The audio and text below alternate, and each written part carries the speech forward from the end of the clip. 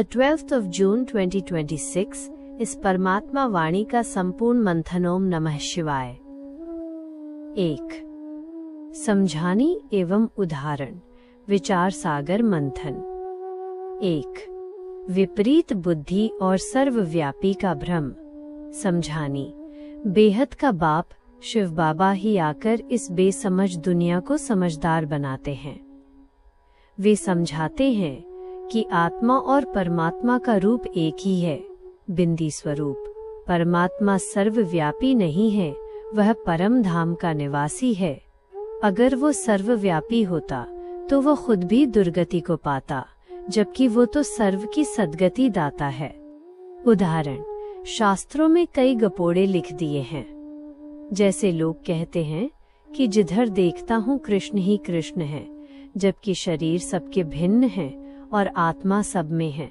अज्ञानी मनुष्यों को टट्टू, गधा कहा गया है, क्योंकि वे इशारे से नहीं समझते और परमात्मा को सर्वव्यापी कहकर ग्लानि करते हैं।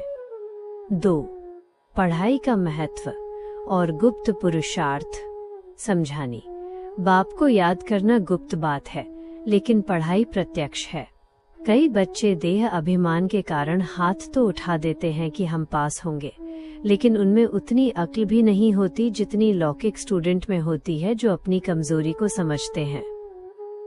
अगर बच्चे 3-4 महीने तक बाप को पत्र नहीं लिखते या सेवा का समाचार नहीं देते, तो बाप समझते हैं कि वे या तो आत्मिक रूप से बीमार हैं या मर गए हैं।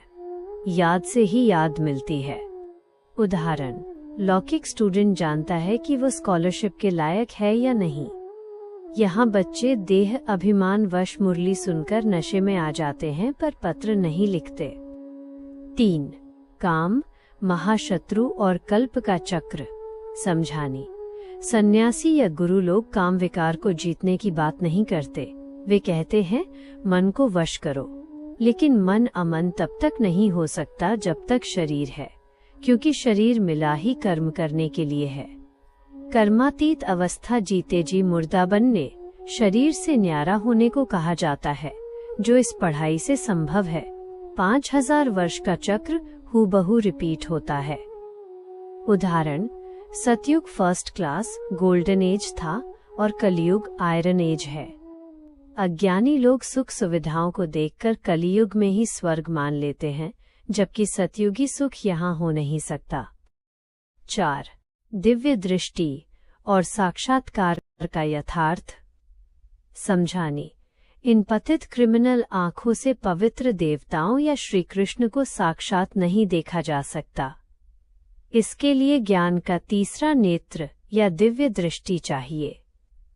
साक्षात्कार तो केवल जादूगर के खेल जैसा है, जिससे कुछ समय की खुशी मिलती है, लेकिन इस पढ़ाई से हम प्रैक्टिकल में सदा सुखी देवता बनते हैं।